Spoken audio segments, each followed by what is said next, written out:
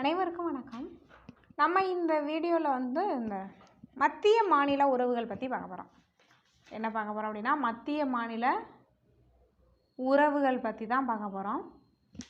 So இது எந்த லெசனில் கவர் ஆகுது அப்படின்னா, 12th பாலிட்டியில் இருக்கிற இந்தியாவில் கூட்டாட்சி அப்படின்ற ஒரு லெசன் இருக்குது. 12th பாலிட்டி புக்கில் லெசன் 5 பார்த்திங்க அப்படின்னா, இந்தியாவில் கூட்டாட்சி அப்படின்ற ஒரு லெசன் இருக்குது. இந்த லெசன் ஃபுல்லாக படிக்கணுமா அப்படின்னா இல்லை, ஓகேவா? இந்த லெசன் ஃபுல்லாக படிக்க வேண்டாம், எது படிக்கணும் அப்படின்றத மட்டும் சொல்லிடுறேன். பட் இந்த லெசனில் தான் மத்திய மாநில உறவுகள் கூட்டாட்சி அடிப்படையில் அப்படின்ற ஒரு டாபிக் சிலபஸில் இருக்குது. மத்திய மாநில உறவுகள் கூட்டாட்சியின் அடிப்படை தன்மைகள் அப்படின்ற ஒரு டாபிக் நமக்கு குரூப் 4 சிலபஸாக இருக்கட்டும், குரூப் 1 இருக்கட்டும், குரூப் 2 இருக்கட்டும், இந்த டாபிக் நமக்கு இருக்குது. ஸோ அந்த டாபிக் இங்கே தான் கவர் ஆகுது. ஓகே, 10th புக்கில் அந்தளவுக்கு இல்லை.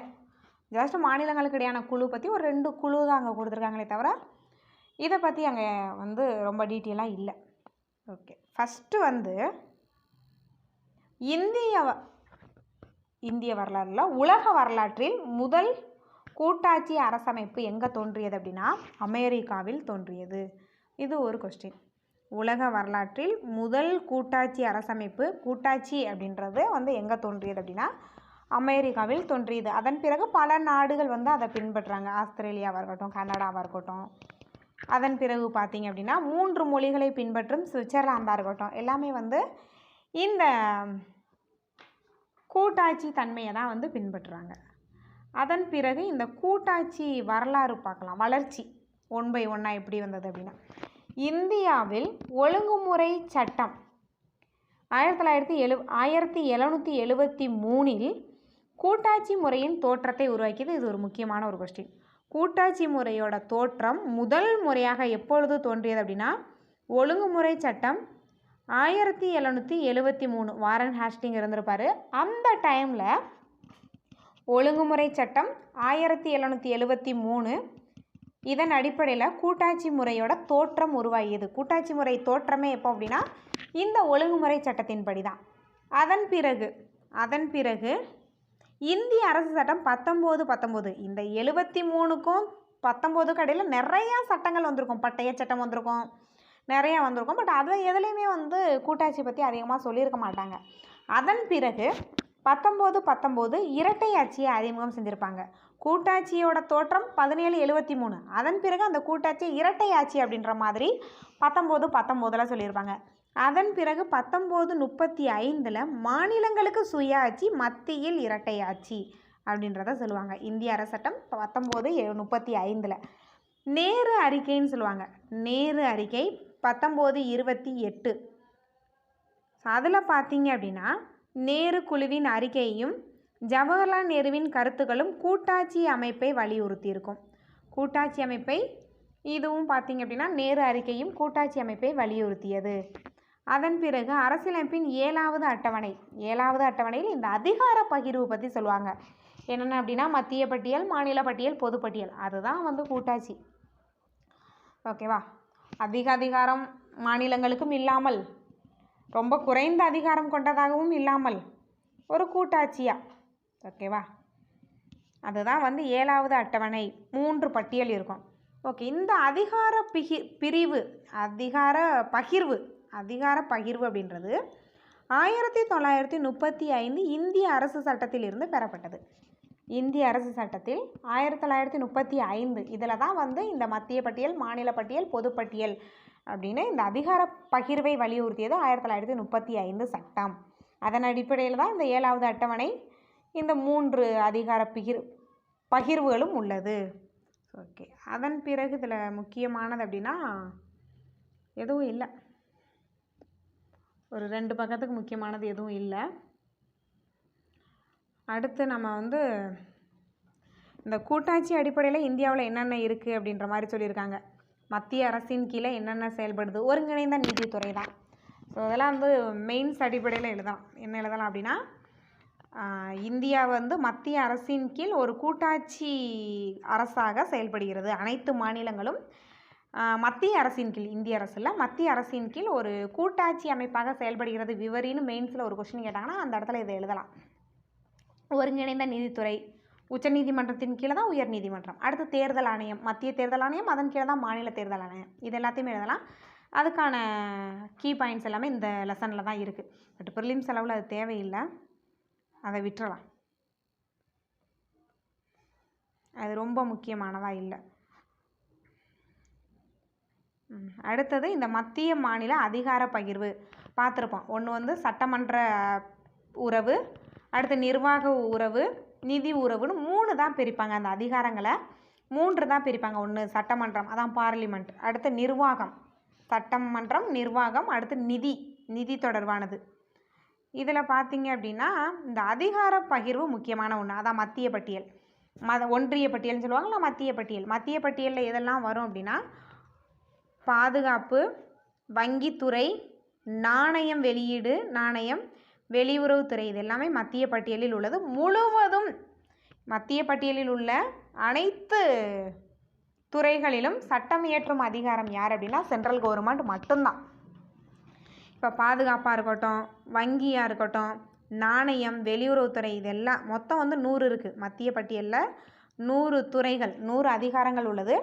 இந்த 100 துறைகளுக்கான அதிகாரங்களிலும் சட்டம் இயற்றுவது மத்திய அரசு மட்டுமே.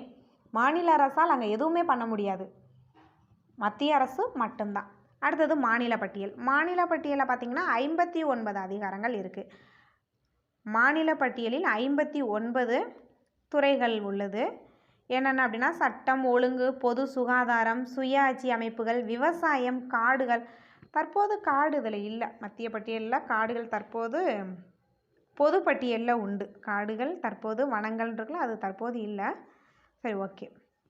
இதில் சட்டம் இயற்றுவது பார்த்திங்க அப்படின்னா மாநில அரசு. மாநில பட்டியலில் சட்டம் இயற்றுவது மாநில அரசு. இருப்பினும் மாநில பட்டியலில் ராஜ்யசபாவால் தீர்மானம் கொண்டு வர முடியும்.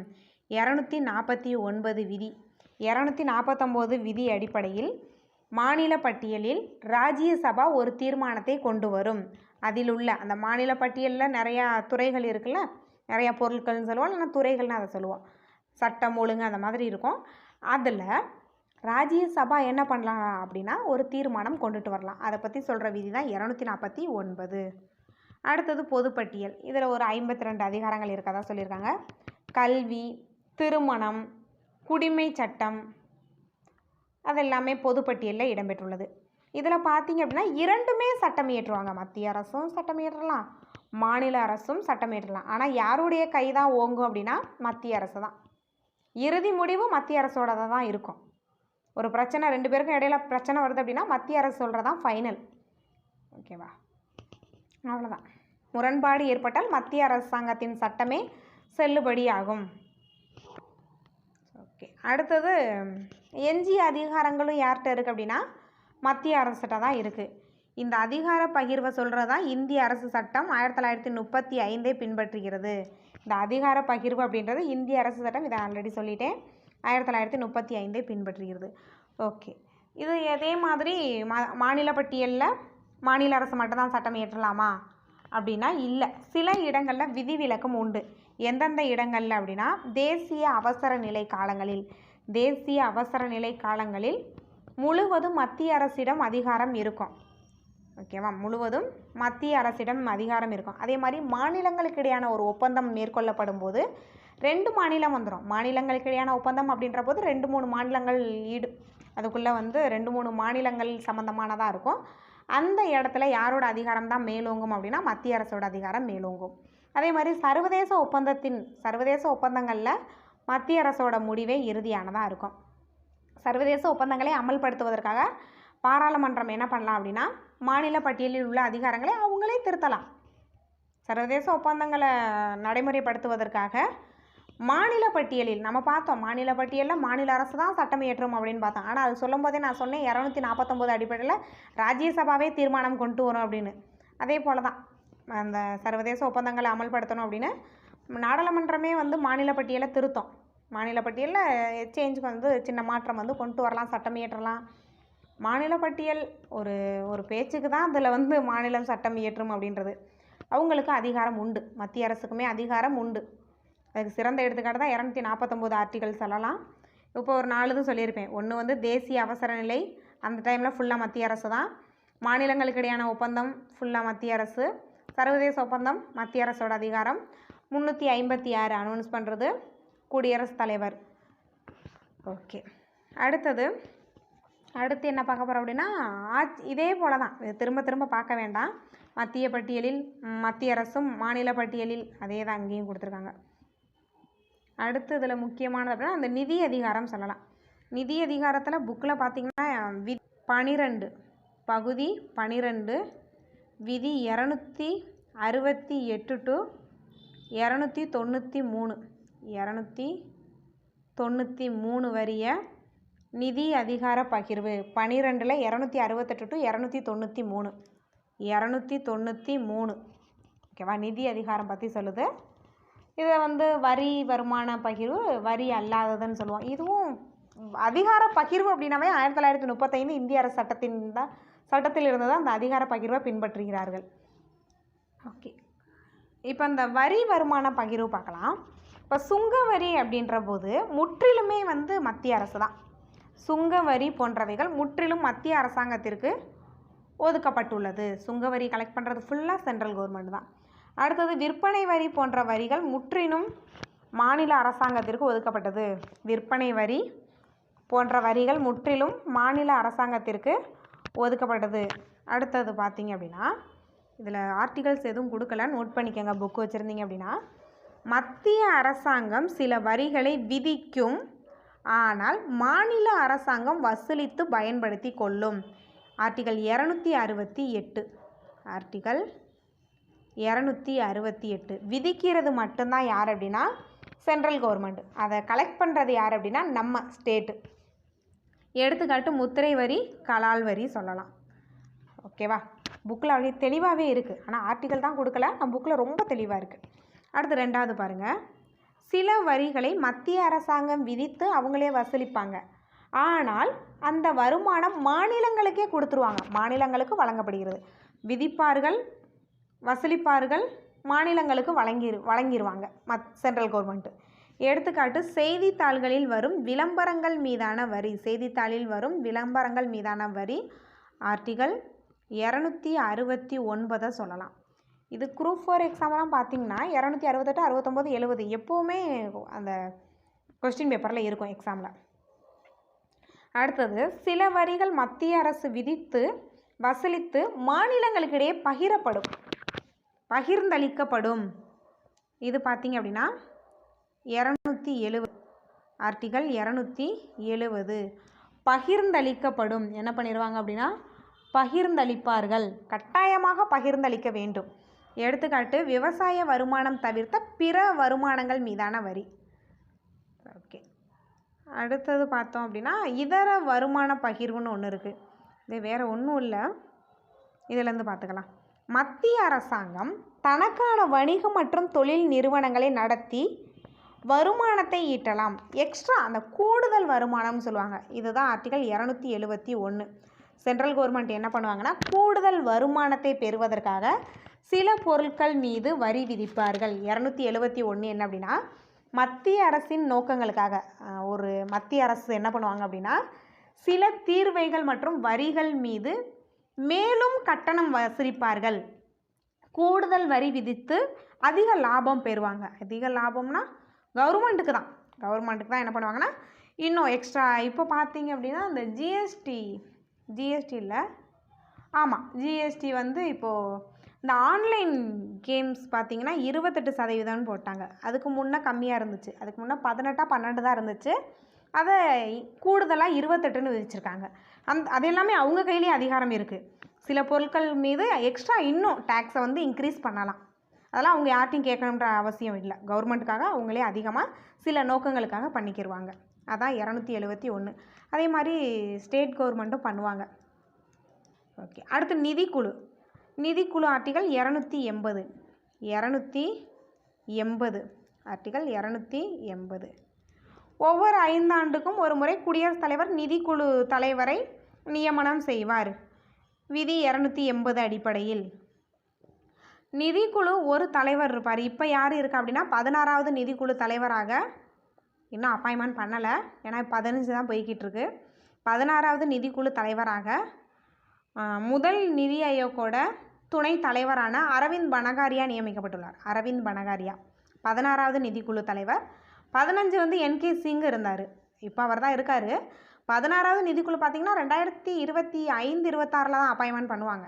அவர் தன்னோட பொறுப்புக்கு வருவார். ஓகே, மொத்தம் பார்த்திங்க அப்படின்னா இதில் ஒரு தலைவர் 4 உறுப்பினர் பெற்றிருப்பார். பட் இப்போ அந்த 16வது நிதிக்குழுவில் 3 பேர் தான் இருப்பாங்க அப்படின்ற மாதிரி நியூஸ் பேப்பரில் வந்தது.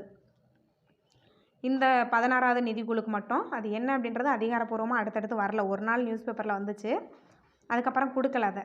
ஓகே, அது 2025-26 தானே அதை இது பண்ணுவாங்க, செயல்படுத்துவாங்க. ஸோ அப்போ சொல்லுவாங்க.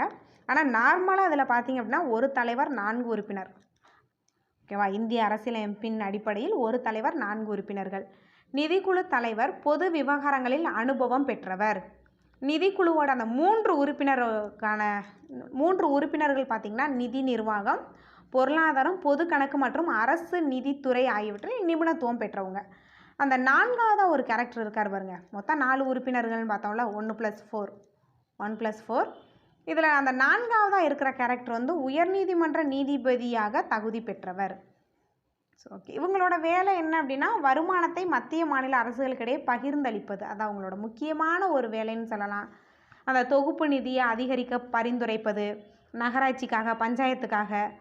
ஓகே, அவ்வளோதான். முக்கியமான ஒரு பணினா இவங்களோடது வருமானத்தை மத்திய மாநில அரசுகளுக்கிடையே பகிர்ந்தளிக்கணும். சென்ட்ரல் கவர்மெண்ட்டுக்கு இவ்வளோ கொடுங்க அப்படின்னு சொல்லுவாங்க. இப்போ 15வது நிதி ஆணையம்லாம் பார்த்திங்கன்னா 41% வழங்க வேண்டும்னு சொன்னாங்க. 15 சொன்னாங்க, இதே தான் சொன்னாங்க. 14 அதே தான் சொன்னாங்க, 41% வழங்குங்க அப்படின்னு. அதான் அவங்களோட முக்கியமான ஒன்று, அந்த நிதி பகிர்வு பற்றி சொல்லுவாங்க. அடுத்தது கூட்டுறவு கூட்டாட்சி. இந்த கூட்டுறவு கூட்டாட்சி பார்த்திங்க அப்படின்னா அமெரிக்காவின் புகழ்பெற்ற அரசியலமைப்பு நிபுணரான கிரான்வில் ஆஸ்டின் இந்தியாவின் கூட்டாட்சியை கூட்டுறவு கூட்டாட்சி என வர்ணித்தார். இவர் என்ன சொல்லியிருப்பார்னா இந்தியாவோட கூட்டாட்சியை கூட்டுறவு கூட்டாட்சின்னு சொல்லியிருப்பார். யார் அப்படின்னா கிரான்வில் ஆஸ்டின். அடுத்தது இந்த இடத்துல நோட் பண்ணிக்கோங்க. கிரான்வில் ஆஸ்டின் என்ன சொல்லியிருப்பாருன்னா கூட்டுறவு கூட்டாட்சின்னு நம்மளோட கூட்டாட்சியே சொல்லியிருக்காரு. அதே மாதிரி கேசி வேர்னு சொல்லுவாங்க, இல்லைன்னா வியர்னு சொல்லுவாங்க. இவர் என்ன சொல்லியிருப்பார் அப்படின்னா அரைகுறை கூட்டாட்சின்னு சொல்லுவார். நம்மளோட கூட்டாட்சியை அரைகுறைன்னு சொல்லுவார். அரைகுறை கூட்டாட்சின்னு சொல்லியிருப்பார். அதே மாதிரி நம்மளோட கூட்டாட்சி தனித்துவமானது, இந்தியாவின் கூட்டாட்சி தனித்துவமானது என கூறியவர். மொத்தம் 3 பேர் சொல்லியிருக்காங்க, 3மே முக்கியம்தான். இது வந்து கூட்டுறவு கூட்டாட்சின்னு சொன்னவர் தான் கிரான்வில் ஆஸ்டின். இதுதான் புக்கில் இருக்குது. அரைகுறை கூட்டாட்சியும் புக்கில் இருக்குது, வியர் சொல்லியிருக்காரு. இந்த தனித்துவமானதுன்னு சொன்னது யார்? நம்மளோட கூட்டாட்சியை தனித்துவமானதுன்னு சொல்லியிருப்பார் அலெக்சாண்டர் ரவிக்ஸ் அப்படின்றவர் சொல்லியிருப்பார். அவரோட நேம் என்ன அப்படின்னா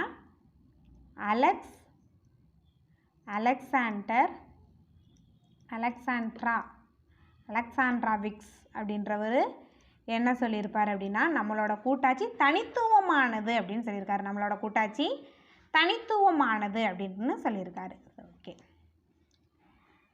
அமெரிக்கா போன்ற கூட்டாட்சி நாடுகளில் கூட்டுறவு கொள்கை அமல்படுத்தப்படுகிறது. ஓகே, இந்த கூட்டுறவு கூட்டாட்சி அப்படின்னா சில முக்கியமான ஒன்று, மாநிலங்களுக்கு இடையான குழு, மண்டல குழு. இந்த மண்டல குழு அப்படின்றது 1956லேயே உருவாக்கப்பட்டிருக்கும். 1956 மாநில மறுசீரமைப்பு சட்டத்தின்படி உருவாக்கப்பட்டது மண்டல குழு. அதுக்கப்புறம் 1971 அதில் ஒன்று சேர்த்துருப்பாங்க. அப்போ ஸ்டார்டிங்கில் 5 இருந்திருக்கும், 6வதாக ஒன்று சேர்த்துருப்பாங்க, அது 71. அடுத்து நிதி ஆயோக் தற்போது. அடுத்து மாநிலங்களுக்கு இடையான நதிநீர் பிரச்சனை. 262 ஆர்டிகல். மாநிலங்களுக்கு இடையான குழு 263 ஆர்டிகல். ஓகே, அதை பற்றி பார்க்கலாம். அவ்வளோதான் முக்கியமானது அப்படின்னா இவ்வளோ தான் சொல்லலாம். ஃபஸ்ட்டு மாநிலங்களுக்கு இடையான குழு பார்க்கலாம். மாநிலங்களுக்கு இடையான குழு வந்து 263 அடிப்படையில் மாநிலங்களுக்கு இடையான குழுவை உருவாக்குவது குடியரசுத் தலைவர் தான். மாநிலங்களுக்கு இடையான குழுவோட தலைவர் தான் பிரதமர். ஆனால் மாநிலங்களுக்கு இடையான குழுவை உருவாக்குபவர் குடியரசுத் தலைவரே. குடியரசுத் தலைவர் உருவாக்கிய பிறகு தான் அதோட தலைவராக பிரதமர் செயல்படுவார். பொது நலனுக்காக மாநிலங்களுக்கு இடையான குழுவை குடியரசுத் தலைவர் 263 அடிப்படையில் உருவாக்கலாம். என்ன அப்படின்னா, பிரச்சனை வந்து பெருசாகக்கூடாது, அமைதியான முறையில் தீர்வு காண வேண்டும் என்பதற்காக தான் மாநிலங்களுக்கு இடையான குழுவை அமைக்கிறாங்க. 2 மாநிலங்களுக்கு இடையான பிரச்சனை வந்து பெருசாச்சு அப்படின்னா அது பெரிய பாதிப்பை ஏற்படுத்தும். அதனால் என்ன பண்ணுவாங்க அப்படின்னா, சுமூகமான முறையில் அமைதியான முறையில் மாநிலங்களுக்கு இடையான சிக்கல்களை ஆராய்ந்து ஆலோசனை வழங்குவாங்க. அந்த டீம் என்ன பண்ணுவாங்கன்னா, அந்த குழு ஆலோசனை வழங்குவாங்க அமைதியான வழியில் தான். அடுத்தது மத்திய மாநில அரசாங்கங்களுக்கு இடையிலான பொதுவான விஷயங்களை விவாதிப்பாங்க. ஒரு குறிப்பிட்ட விஷயத்தில் மாநிலங்களுக்கு இடையான ஒத்துழைப்பை அதிகரிப்பதற்கு பரிந்துரைகள் வழங்குவாங்க. ஓகேவா, அவ்வளோதான். அடுத்தது சர்க்காரியா குழு என்ன பண்ணியிருப்பாங்கன்னா, 1900 குழு பரிந்துரைப்படி 1990களில் கூட்டாட்சி முறையில் உள்ள அரசாங்கங்கள் இடையே எல்லா துறைகளிலுமே பரஸ்பர ஒத்துழைப்பை அதிகரிப்பதற்கு மாநிலங்களுக்கு இடையான குழு தோற்றுவிக்கப்பட்டது. அதான் அமைதியான வழியில் 2 மாநிலங்களுக்கு இடையான பிரச்சனை சுமூகமாக முடியணும் அப்படின்றதுக்காக மட்டும்தான் என்னது மாநிலங்களுக்கு இடையான குழு அமைக்கப்படுகிறது. இந்த மாநிலங்களுக்கு இடையான குழுவோட தலைவர், இந்த கொஸ்டின் பல தடவை கேட்டிருக்காங்க, அந்த கொஸ்டின் பிரதமர். நம்ம என்ன பண்ணுவோம் அப்படின்னா, மாநிலங்களுக்கு இடையான குழுவை அமைக்கிறது யார், தலைவராக யார் இருக்காங்கன்றதை குழப்பிக்கிடுவோம். தலைவர் வந்து பிரதமர் தான், ஆனால் அதை அமைக்கிறது யார் அப்படின்னா குடியரசுத் தலைவர் தான். ஓகே, தலைவராக பிரதமர் செயல்படுவார். அதே போல் எல்லா மாநில முதல்வர்களுமே இதில் இருப்பாங்க. எல்லா மாநிலங்களின் முதல்வர்களும் இந்த குழுவில் இடம்பெறுவர். ஒன்றிய ஆளுகைக்குட்பட்ட முதல்வர்கள், அதான் இது என்ன அப்படின்னா, இந்த யூனியன் சொல்கிறாங்கல்ல, சட்டப்பேரவையுடன் உள்ள யூனியனில் சிஎம் இருப்பாங்க, முதல்வர் இருப்பாங்க. இப்போ புதுச்சேரி, டெல்லி, ஜம்மு காஷ்மீர் ஒன்றிய ஆளுகைக்குட்பட்ட முதல்வர்கள். அடுத்து 6 ஒன்றிய அமைச்சரவை குழுக்களும் ஒன்றிய ஆளுகைக்குட்பட்ட பகுதிகளின் நிர்வாக தலைவர்களும், அதான் நிர்வாக தலைவர் மீன்ஸ் சட்டப்பேரவை இல்லாத யூனியனில் இருக்கிற நிர்வாக தலைவர். சட்டப்பேரவை இருக்கிற யூனியனில் சிஎம் இருப்பாங்க. புதுச்சேரியில் இருக்காங்கல்ல, புதுச்சேரி, ஜம்மு காஷ்மீரில் என்ன எலெக்ஷன் நடக்கலை, எலெக்ஷன் நடந்தால் அங்கேயும் சிஎம் இருப்பாங்க. ஓகே, டெல்லியில் இருக்காங்க, ஆம் ஆத்மி கட்சி இருக்காங்கல்ல, அதான் ஒன்றிய ஆளுகைக்குட்பட்ட பகுதியோட முதல்வர்களும் ஒன்றிய ஆளுகைக்குட்பட்ட பகுதியோட நிர்வாக தலைவர்களும், சட்டப்பேரவை இல்லாத யூனியனில் நிர்வாக தலைவர்களும் குடியரசுத் தலைவர் ஆட்சியில் இருக்கும் மாநிலங்களோட ஆளுநர்களும் இருப்பாங்க. குடியரசுத் தலைவர் ஆட்சி எப்போவுமே எல்லா மாநிலத்திலையும் இருக்க போகிறதில்ல. அப்படி இருந்துச்சு அப்படின்னா அந்த மாநிலத்தோட ஆளுநர் இந்த குழுவில் இடம்பெறலாம். ஓகே, இது எதற்காக அப்படின்னா, அமைதியான முறையில் பிரச்சனை இல்லாமல் 2 மாநிலங்களுக்கு இடையே பேசி எவ்வளோ பெரிய பிரச்சனையும் பேசி முடிக்கிறதான். மாநிலங்கள் இடையே பரஸ்பர ஒத்துழைப்பை அதிகரிக்க மத்திய உள்துறை அமைச்சர் தலைமையில் மண்டல நிலைக்குழு உருவாக்கப்படும். நிலைக்குழுவையும் என்ன பண்ணலாம் அப்படின்னா, உள்துறை அமைச்சர் மாநிலங்களுக்கு இடையே பரஸ்பர ஒத்துழைப்பை அதிகரிக்க மத்திய உள்துறை அமைச்சர் தலைமையில் ஒரு நிலைக்குழுவும் உருவாக்கப்பட்டது. இக்குழுவில் மத்திய உள்துறை அமைச்சர் தவிர 5 மத்திய அமைச்சர்கள் குழு உறுப்பினர்களாகவும் இருக்காங்க அந்த நிலைக்குழுவில். அந்த நிலைக்குழுவோட தலைவர் யாருன்னா உள்துறை அமைச்சர். எல்லாமே இதற்காக தான், பரஸ்பர ஒத்துழைப்பை ஏற்படுத்தணுன்றதுக்காக நிலைக்குழுவும் உருவாக்கப்படுது. நிலைக்குழு பார்த்திங்க அப்படின்னா உள்துறை அமைச்சர் தலைமையில் இருக்கும். இப்போ இருக்கார்ல அமித்ஷா தலைமையில் குழு உருவாக்கப்படும். அதில் பார்த்திங்க அப்படின்னா மத்திய உள்துறை அமைச்சர் தவிர ப்ளஸ் ஒரு 5 மத்திய அமைச்சர்கள் இருப்பாங்க. 9 மாநிலங்களோட 9 மாநில முதல்வர்கள் உறுப்பினர்களாக இருப்பாங்க. ஓகே, அடுத்து இந்த மண்டல குழுக்கள்னு சொல்லுவாங்க. மண்டல குழுக்கள் பார்த்திங்க அப்படின்னா 1956 மாநில மறுசீரமைப்பு சட்டத்தின்படி இந்த மண்டல குழு உருவாக்கப்பட்டிருக்கும். இதுவும் எதற்காக அப்படின்னா, மாநிலங்களுக்கு இடையே அந்த பிரச்சனைகளை சரி பண்ணுறதுக்காக தான். மொழி வாரியான மாநிலங்கள் உருவான போது, இந்த ஆந்திரா, தமிழ் பேசுகிறது தமிழ்நாடு உருவான அந்த டைம்லேயே வந்து பார்த்திங்கன்னா இந்த மண்டல குழுவும் உருவாக்கப்பட்டிருக்கும். சுதந்திர இந்தியாவின் முதல் பிரதமர் யாருன்னா ஜவஹர்லால் நேரு. இவர் வந்து என்ன சொல்லியிருப்பாங்கன்னா, மண்டல குழுவோட நோக்கமே கூட்டுறவு கூட்டாட்சி வழக்கத்தை வளர்ப்பது தான். இது ஒரு முக்கியமான ஒரு கொஸ்டின். மண்டல குழுவோட நோக்கமே என்னதான், கூட்டுறவு கூட்டாட்சியின் வழக்கத்தை வளர்ப்பது தான். அதான் 2 மாநிலம் வந்து பிரிஞ்சு சண்டை போட்டு அடித்து பிரிஞ்சு போயிடாமல் 2 மாநிலமோ 3 மாநிலமோ, இப்போ நம்ம பிரச்சனை பண்ணோம்னா கர்நாடகாவோட பண்ணுவோம், அடுத்து பக்கத்தில் இருக்க கேரளாவோட பண்ண மாட்டேன், கர்நாடகா தான், ஏன்னா தண்ணி கொடுக்க மாட்டாங்க அப்படின்னு பண்ணலாம். அப்படியெல்லாம் ஆகாமல் அந்த கூட்டுறவு கூட்டாட்சியை வளர்ப்பதற்காக தான் இந்த மண்டல குழு, மாநிலங்களுக்கு இடையான குழு எல்லாமே இருக்குது. அடுத்தது ஆரம்பத்தில் 5 இருந்துச்சு. அதுக்கப்புறம் வந்து வடகிழக்கு மாநிலங்களுக்கான சிறப்பு மண்டல குழு. ஏன்னா 1971 தான் வடகிழக்கு மாநிலங்களே உருவாக்கப்பட்டிருக்கும். அதனால் அவங்களுக்குன்னு தனியாக வந்து மண்டல குழு உருவாக்கியிருப்பாங்க. தற்போது 6 இருக்குது. இப்போ வடக்கு மண்டல குழுன்னா அப்படியே மேலே பாருங்கள், ஜம்மு காஷ்மீர் மேப்பில் அப்படியே மேலே பார்த்தீங்கன்னா ஜம்மு காஷ்மீர் இருக்கும், ஹிமாச்சல் பிரதேசம் இருக்கும், ஹரியானா இருக்கும். இவங்க எல்லாத்தையுமே என்ன பண்ணுவாங்க அப்படின்னா இந்த வடக்கு மண்டல குழு அவங்களுக்குள்ள ஒரு பிரச்சனை அப்படின்னா இதன் மூலம் வந்து தீர்ப்பாங்க. ஓகேவா? அவங்களுக்குள்ள ஒரு பிரச்சனை அப்படின்னா தான் இதன் அடிப்படையில் ஜம்மு காஷ்மீர், ஹிமாச்சல் பிரதேசம், ஹரியானா அவங்களுக்குள்ள ஒரு பஞ்சாப் அவங்களுக்குள்ள ஒரு பிரச்சனைனா வடக்கு மண்டல குழு மூலம் அவங்க வந்து அமைதியான வழியில் சுமூகமாக பேச்சுவார்த்தை மூலம் முடிப்பாங்க. அடுத்தது தெற்கு மண்டல குழுனா இதில் நம்ம வருவோம். நம்ம கர்நாடகா, தெலுங்கானா, ஆந்திரா, கேரளா, புதுச்சேரி எல்லாமே நம்ம இதுக்குள்ளே.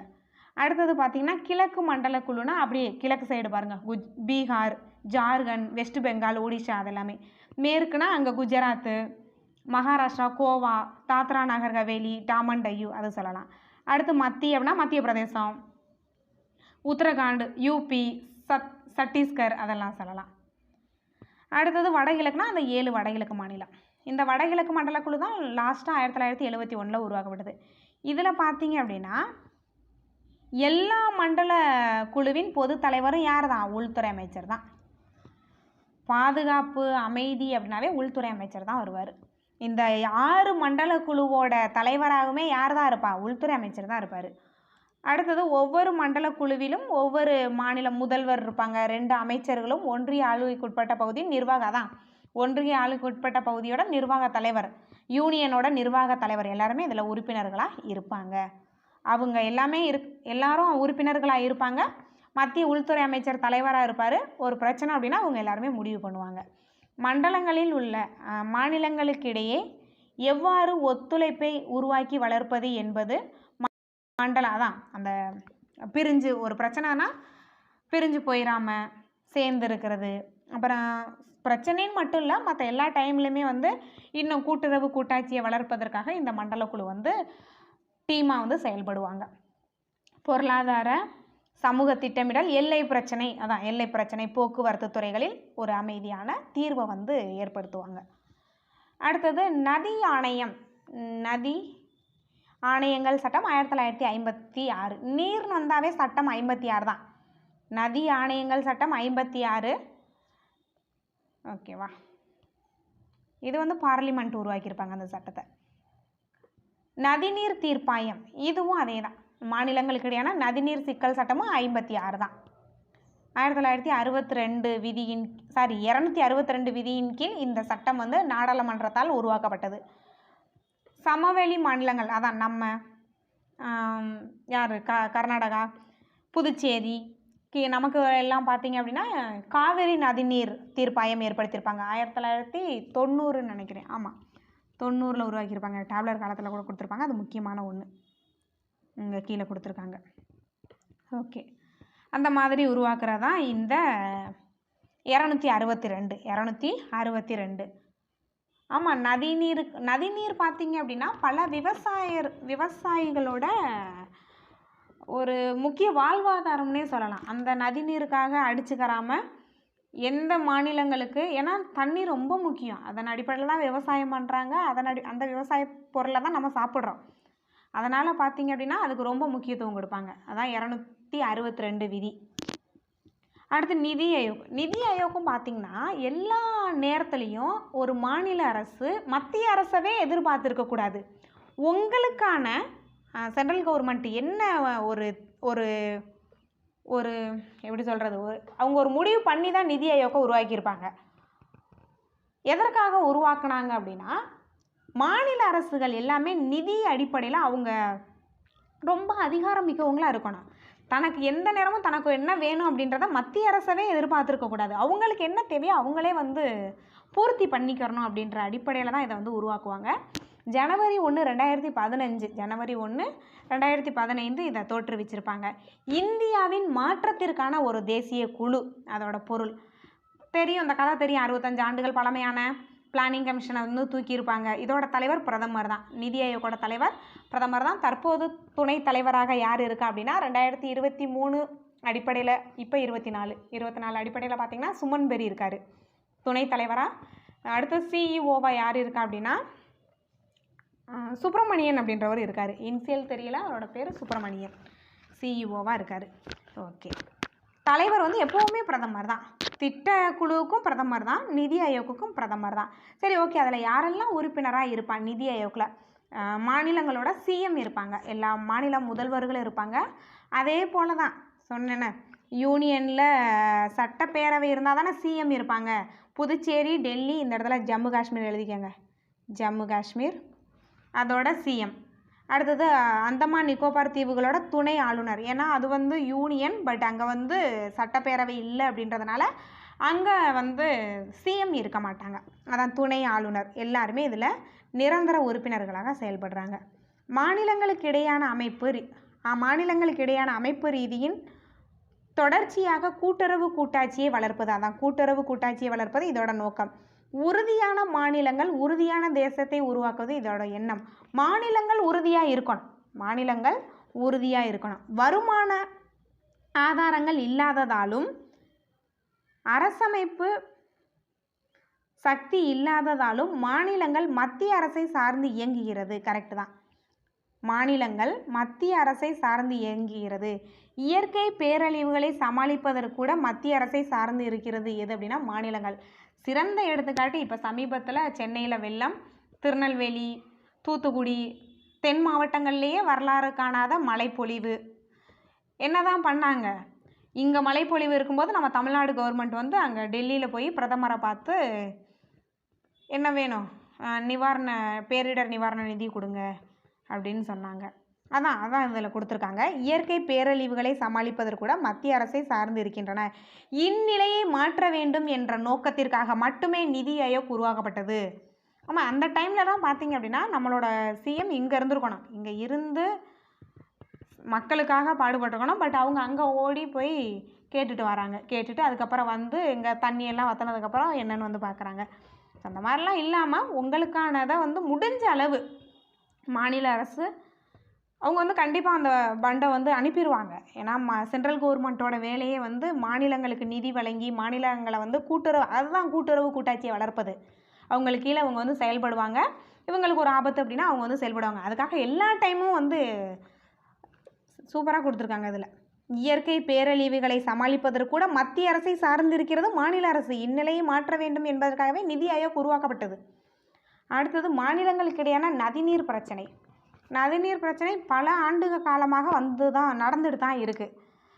தமிழ்நாடு, கர்நாடகா, கேரளா, புதுச்சேரி இதெல்லாம் காவேரி பிரச்சனையில் சம்மந்தப்பட்ட மாநிலம். நம்ம கர்நாடகா, கேரளா, புதுச்சேரி எல்லாமே ஆண்டாண்டு காலமாக நதிநீர் பிரச்சனை இருந்துட்டு தான் இருக்குது. ஓகே, அடுத்தது ஒடிஷா, ஆந்திர பிரதேசத்துலையுமே இந்த பிரச்சனை நீண்டுட்டு தான் இருக்குது. ஓகேவா? காவேரி பிரச்சனை பார்த்தீங்க அப்படின்னா காவேரி பிரச்சனை வந்து கர்நாடகா, கேரளா, தமிழ்நாடு, புதுச்சேரி. காவேரி நதிநீர் தீர்ப்பாயம் 1990 அமைச்சிருப்பாங்க, 1990. அடுத்தது இந்த சட்லஜ் ஆறு பிரச்சனை எந்தெந்த மாநிலம்னா பஞ்சாப், ஹரியானா சம்மந்தப்படுது. சட்லஜ் ஆறு பிரச்சனை வந்து பஞ்சாப், ஹரியானா இவங்க அந்த தண்ணிக்காக அடிச்சுக்கிறாங்க. நம்ம எப்படி காவேரி நீருக்காக அடிச்சுக்கிறோம் அதே போல தான். அடுத்தது கோவா, மகாராஷ்டிரா, கர்நாடகா மகாதவி அந்த ஆற்றின் நீருக்காக அடிச்சுக்கிறாங்க. மகாதாயின்னு சொல்லுவாங்க, மகாதயி. ஓகே, இதுக்காக வந்து கோவா, மகாராஷ்டிரா, கர்நாடகா வந்து தண்ணி பிரச்சனையில் ஈடுபடுறாங்க. மாநிலங்களுக்கு இடையான பிரச்சனை வர்றதுக்கு காரணமே அந்த நதிநீரை சொல்லலாம். அதற்காக இவங்க என்ன பண்ணியிருக்காங்கன்னா 262 கீழே நதிநீர் பிரச்சனைக்கு தீர்வு வழங்குறாங்க. 262 கீழே நதிநீர் பிரச்சனைகளுக்கு தீர்வு வழங்கப்படுகிறது. மாநிலங்களுக்கு இடையான நதிநீர் பிரச்சனை. ஸோ எந்தெந்த நதியோட எந்தெந்த மாநிலம்னு நல்லா பார்த்து வச்சுங்க. இப்போ சட்லஜ் நதி அப்படின்னு பார்த்தீங்கன்னா பஞ்சாப், ஹரியானாவை சொல்லலாம். இதுவே இந்த மகாதயி அப்படின்னா கோவா, மகாராஷ்டிரா, கர்நாடகா. காவேரி அப்படின்னா நம்ம புதுச்சேரி, கேரளா, கர்நாடகாவை சொல்லலாம். இந்த 262 கீழே எப்படி செயல்படுறாங்கன்னு பார்க்கலாம். இப்போ நதிநீர் பிரச்சனை அப்படின்னா உச்சநீதிமன்றத்தின் அதிகார வரம்பில் இருந்து நாடாளுமன்றம் விலக்கி வைக்கலாம். என்ன அப்படின்னா நாடாளுமன்றம் நதிநீர் பிரச்சனை சம்பந்தமாக ஒரு சட்டத்தை இயற்றும். அதான் 262 கீழே. ஏன்னா உச்சநீதிமன்றமே எல்லா பிரச்சனைகளுக்குமான தீர்வையுமே உச்சநீதிமன்றம் வழங்க முடியாது. ஸோ அதனால் இந்த நதிநீர் பிரச்சனை தொடர்பாக பார்லிமெண்ட் என்ன பண்ணுவாங்க அப்படின்னா சட்டம் இயற்றுவாங்க. சட்டம் இயற்றியிருக்காங்கல்ல 1956, அது பார்லிமெண்ட் இயற்றின ஒரு சட்டம் தான். நாடாளுமன்றம் நதிநீர் பிரச்சனை சம்பந்தமாக ஒரு சட்டத்தை இயற்றலாம். நதிநீர் பிரச்சனை பல லட்சம் மக்களின் வாழ்வாதாரத்தை பாதிக்கிறது. நீதிமன்றங்கள் தீர்ப்பை வழங்கினால் மக்களுக்கிடையே கசப்புணர்வும் பிளவும் அதிகரிக்கலாம். கரெக்டு தான். நீதிமன்றத்திற்கு பார்த்தீங்க அப்படின்னா ஆல்ரெடி நிறையா ஒர்க்லோடு உங்களுக்கு. அது வேறு இந்த பிரச்சனையை வேறு கொண்டு போய் அவங்க ஏதாவது ஜட்ஜ்மெண்ட் ஏதாவது சொல்லி 2 மாநிலங்களுக்கிடையே என்ன ஆயிரும், கலவரம் தான் ஏற்படும். அதனால் என்ன பண்ணுவாங்கன்னா இதெல்லாம் பார்லிமெண்ட்டே பார்த்துருவாங்க. ஆகவே சுமூகமான பேச்சு வார்த்தை மூலமாக நதிநீர் பிரச்சனைகளை நாம் தீர்க்க வேண்டும் என்பதான் 262 நோக்கம். எல்லாத்துக்குமா சுப்ரீம் கோர்ட் போகாமல் சுமூகமான முறையில் மாநிலங்களுக்கிடையான பிரச்சனை அப்படின்னாவே நதிநீர் பிரச்சனை அப்படின்னாவே அதை வந்து பேசி தான் முடிக்கணும். அடுத்தது மாநிலங்களுக்கிடையான நதிநீர் சிக்கல் சட்டம் 1956. இதை இயற்றியது பார்லிமெண்ட் தான். நாடாளுமன்றத்தால் உருவாக்கப்பட்டது. நதிநீர் பிரச்சனையை தீர்ப்பதற்கு மத்திய அரசாங்கம் தீர்ப்பாயங்களை அமைப்பாங்க. ஓகேவா? அதை தான் அந்த சட்டம் சொல்லியிருக்கோம். 1956 நாடாளுமன்றம் ஒரு சட்டம் இயற்றியது. இந்த சட்டம் என்ன சொல்லுது அப்படின்னா நதிநீர் பிரச்சனை இப்போ நமக்கும் கர்நாடகாவுக்கும் ஒரு பிரச்சனை அப்படின்னா வந்துட்டு தான் இருக்குது. இயர்லி வந்து நியூஸ் பேப்பர்லாம் பார்த்திங்கன்னா கரெக்டாக வந்துடும். ஓகேவா? அந்த ராசி பலன் டெய்லி நியூஸில் வர்ற மாதிரி நியூஸ் பேப்பரில் வரும். அதே போல் கர்நாடகா நதிநீர் பிரச்சனையும் வந்துட்டு தான் இருக்கும். அதற்கு இந்த சட்டம் என்ன சொல்லுது அப்படின்னா நதிநீர் பிரச்சனையை தீர்ப்பதற்கு மத்திய அரசாங்கமே ஒரு தீர்ப்பாயத்தை அமைக்கும் அப்படின்னு சொல்லுது. சென்ட்ரல் கவர்மெண்ட் என்ன பண்ணுவாங்க, ஒரு தீர்ப்பாயம் அமைப்பாங்க. சரி, ஓகே, தீர்ப்பாயம் அமைக்கிறாங்க. அதில் யாரெல்லாம் இருப்பாங்க அப்படின்றத பார்க்கலாம். தீர்ப்பாயங்கள் அமைக்கிறாங்க அப்படின்னா ஓகே, நதிநீர் பிரச்சனைக்கு பேச்சுவார்த்தை மூலம் தீர்க்கணும். 2 மாநில இடை பிரச்சனைனாவே அது பேச்சுவார்த்தை மூலம் தான் தீர்க்கணும். பேச்சுவார்த்தை முயற்சிகள் தோல்வி அடைந்தால் சம்பந்தப்பட்ட மாநிலங்கள் மத்திய அரசாங்கத்தை நாடலாம். மத்திய அரசாங்கம் குறிப்பிட்ட நதிநீர் தீர்ப்பாயத்திற்கு ஒரு தீர்ப்பாயத்தை அமைக்கும். ஆமாம், ஒரு தீர்ப்பாயத்தை அமைச்சிருவாங்க. கண்டிப்பாக சுமூகமான முறையில் நம்ம போக மாட்டோம். இப்போ எக்ஸாம்பிள் பாருங்களேன், கர்நாடகாவிலையும் காங்கிரஸ் தான் ஆட்சி பண்ணுது, இங்கேயும் காங்கிரஸ் கூட்டணி தான் நமக்கும் ஆட்சி பண்ணுறாங்க. பட் பிரச்சனை இல்லாமையா போகிறாங்க? பிரச்சனையோடு தான் ரன் பண்ணிக்கிட்டு இருக்கோம். அப்படி பிரச்சனை வரும்போது ஒரு தீர்ப்பாயம் அமைப்பாங்க. அந்த தீர்ப்பாயத்தில் யாரெல்லாம் இருப்பாங்கன்றது ஒரு முக்கியமான ஒரு கொஸ்டின். அந்த தீர்ப்பாயத்தில் கண்டிப்பாக ஒரு தலைவர் இருக்கணும். அவரை யார் நியமனம் பண்ணுவான்னா உச்சநீதிமன்ற தலைமை நீதிபதி அந்த தீர்ப்பாயத்தின் தலைவரை நியமிப்பார். இப்போ TY சந்திரசூட் 50வது உச்சநீதிமன்ற தளபதியாக இருக்கார். அவர் தான் என்ன பண்ணுவார்னா தீர்ப்பாயத்தோட தலைவரை அப்பாயின்மெண்ட் பண்ணுவார். தீர்ப்பாயத்தின் தலைவர் வந்து சாதாரண ஒருத்தராக இருக்க மாட்டார். அவரும் உச்சநீதிமன்ற நீதிபதியாக தான் இருப்பாங்க. இப்போ பாருங்களேன், உச்சநீதிமன்ற நீதிபதி நிறைய பேர் இருக்காங்க. ஹீமா ஹோலி, அப்புறம் நாகரத்னா, நிறைய பேர் இப்போ இருக்காங்க. அவங்களில் ஒருத்தரை தான் உச்சநீதிமன்ற நீதிபதி என்ன பண்ணுவார்னா இதோட தலைமையாக அப்பாயின்மெண்ட் பண்ணுவாங்க. அப்போ இதோட தலைமைக்கு நீதிபதியவே அப்பாயின்மெண்ட் பண்ணும்போது இதோட இறுதி முடிவில் தான் உச்சநீதிமன்றம் தலையிடாது. உச்சநீதிமன்றம் அவங்க யாரோ நாங்கள் யாரோன்ற மாதிரி தீர்ப்பாயத்தோட முடிவில் உச்சநீதிமன்றம் தலையிடவே கூடாது. ஏன் தலையிடக்கூடாதுன்னா அதில் இருக்க தலைவரை யார் தான், உச்சநீதிமன்ற நீதிபதி தான். உச்சநீதிமன்ற நீதிபதியை தான் இதோட தலைவராக உச்சநீதிமன்ற தலைமை நீதிபதி அப்பாயின்மெண்ட் பண்ணுறாரு. ஸோ அப்போ அவங்களோட முடிவு கண்டிப்பாக கரெக்டாக தான் இருக்கும் அப்படின்னு தலையிட மாட்டாங்க. ஆரம்பத்தில் தீர்ப்பாயம் அல்லது நடுவர் மன்றம் ஸ்டார்டிங்கில் ஒருவர் தான் அந்த தீர்ப்பாயத்தில் இருந்திருப்பாங்க. அதன் பிறகு இப்போ பார்த்தீங்க அப்படின்னா ஒரு சின்ன திருத்தம் மேற்கொண்டு நடுவர் மன்றத்தின் தலைவர் மற்றும் உறுப்பினர்கள் ஒன்றுக்கு மேற்பட்டவங்க இருக்காங்க. நடுவர் மன்றத்தின் தலைவர் மற்றும் உறுப்பினர்களை உச்சநீதிமன்ற தலைமை நீதிபதி, உச்சநீதிமன்ற மற்றும் உயர்நீதிமன்ற நீதிபதிகள் மற்றும் ஓய்வு பெற்ற நீதிபதிகளை தான் நியமிப்பாங்க. ஸோ அதில் இருக்கிற அந்த தீர்ப்பாயம்னு சொன்னோமா, கண்டிப்பாக 2 மாநிலங்களுக்கு இடையே பிரச்சனைனா பேச்சுவார்த்தையில் முடிக்கவே மாட்டாங்க. ஒரு தீர்ப்பாயத்தை போடுற வரையே பிரச்சனை பண்ணுவோம். அப்படி பிரச்சனை பண்ணும்போது ஒரு தீர்ப்பாயம் அல்லது நடுவர் மன்றத்தை ஏற்படுத்துவாங்க.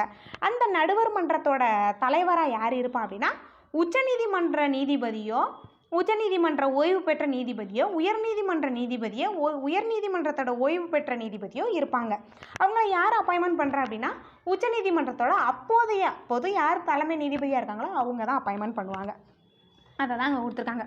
உச்சநீதிமன்ற அல்லது உயர்நீதிமன்ற நீதிபதிகள் அல்லது ஓய்வு பெற்ற நீதிபதிகளை நியமிப்பாங்க.